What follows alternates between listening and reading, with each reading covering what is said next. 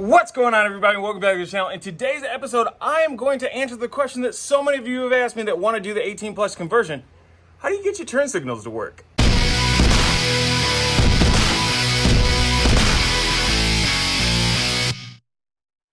Welcome back to the channel. For all of you who like to get things done by yourself in your garage with your own two hands. Yes, this is only one hand, but I'm holding the other one with the camera, so how can I show you both of them at the same time? If you are new here to the channel and you don't know what we do weekly how-tos on vehicles. It may be something that you have, it may be similar to something that you have, but we all share the same passion for working on vehicles. If you share that passion, go ahead and hit that like button.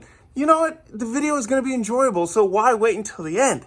Go ahead and hit that subscribe button as well while you're at it and hit the bell notification so you don't miss any of the stuff that we have coming up as well. So one question I get asked a lot since I've been doing my 18 plus conversion on the Mustang RTR Spec 2 from 2017 is, how do you get the turn signals to work? Other people have attempted to start doing this now that I have done it, or maybe they were doing it even before I did it and just didn't know how to hook up the turn signals. And I wasn't exactly sure either, so I went and I found some of the wiring diagrams and things like that from the 15 to 17 as well as the 18 plus, and I started to do a little bit of math and figured it out. So I'm going to walk you guys through how to do that today. I am cruising around Houston right now on my way to my third junkyard. A lot of people have been asking me, how is it that you can connect the 2018 turn signals up to your 2017 or 2015 to 2017 Mustang? You really can't without the connector.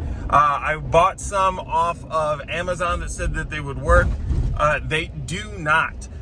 It's a little confusing when I hop on to like tasketparts.com, who is a Ford parts distributor, being able to find it. I've talked to some Ford dealerships. They're like, oh, well, we can't seem to find that part. Apparently you can't order it. Clearly you can order it. So what I'm doing right now is perusing the junkyards, trying to find one that could be viable for us to swap over, because I do want to get rid of that car tonight.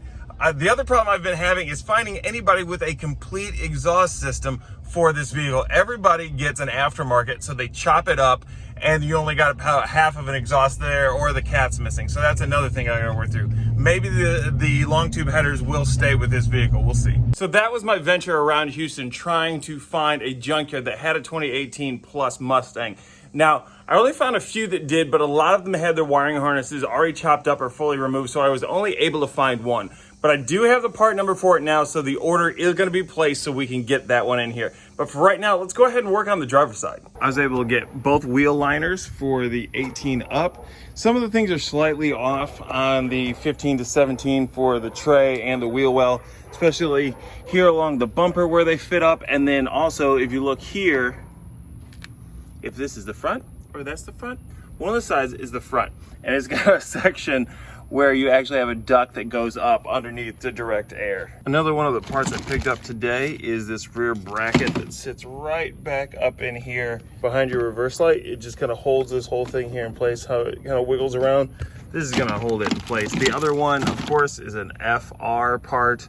So we had to move over to the JR part, get this in, that'll stop all this wobble back here. Stock part is held in here with 3 screws and 2 clips. So we're gonna remove those, pop this out to get the new one in. Not particularly sure why, but on the new piece, you don't have to bolt it in. It just kind of pops in using these snaps similar to what we had on the other one. And then you bolt it in down here. This, you look, you got a little hook there that will go around the rear valance. And then in this case as well, the RTR rear diffuser. With everything in place now, still a little bit of movement, but you want a little bit of flex in your bumper. But it's on there pretty solid right now.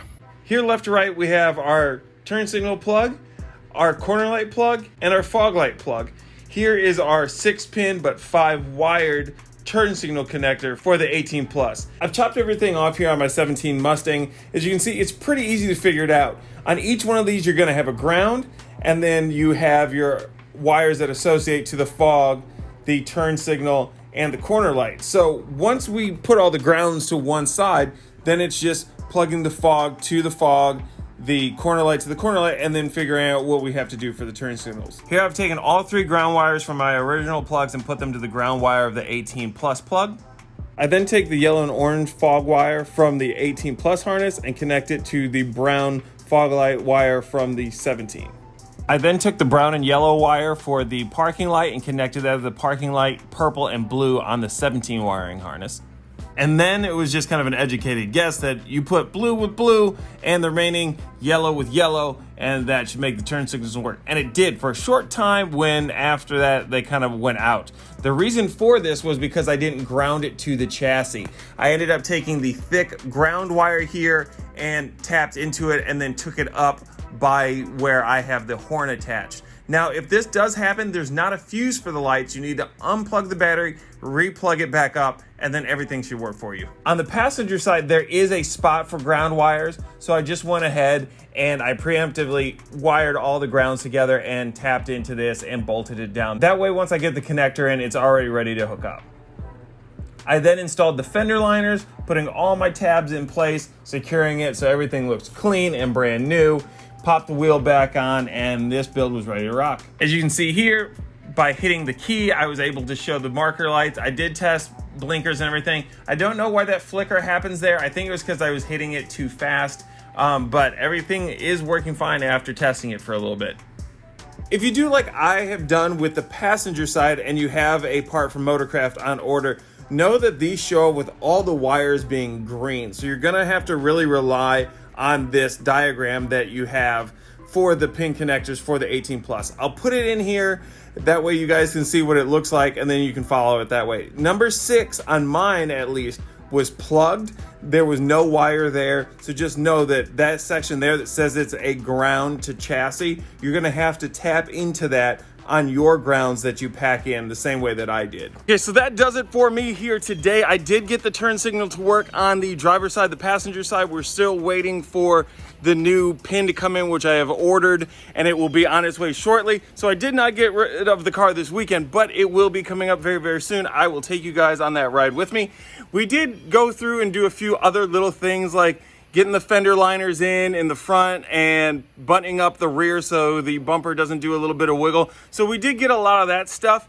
So in the next episode, we're actually going to be working on the jet skis. So if you like jet skis, or if you just want to work on stuff, tune in for that one.